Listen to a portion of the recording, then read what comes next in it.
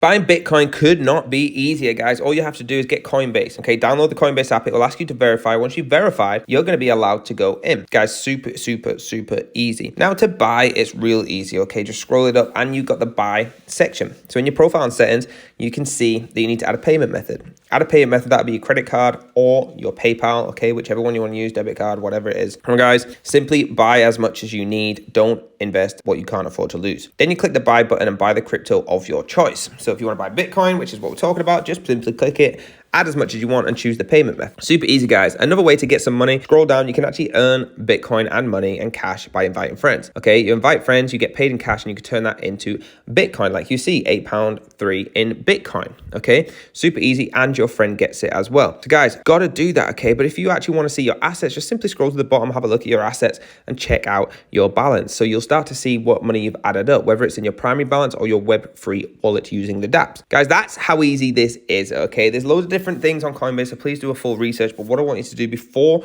you even touch a buy button is do your own research and hit the like and follow on this video for more of how-to videos in the crypto and Web3 space.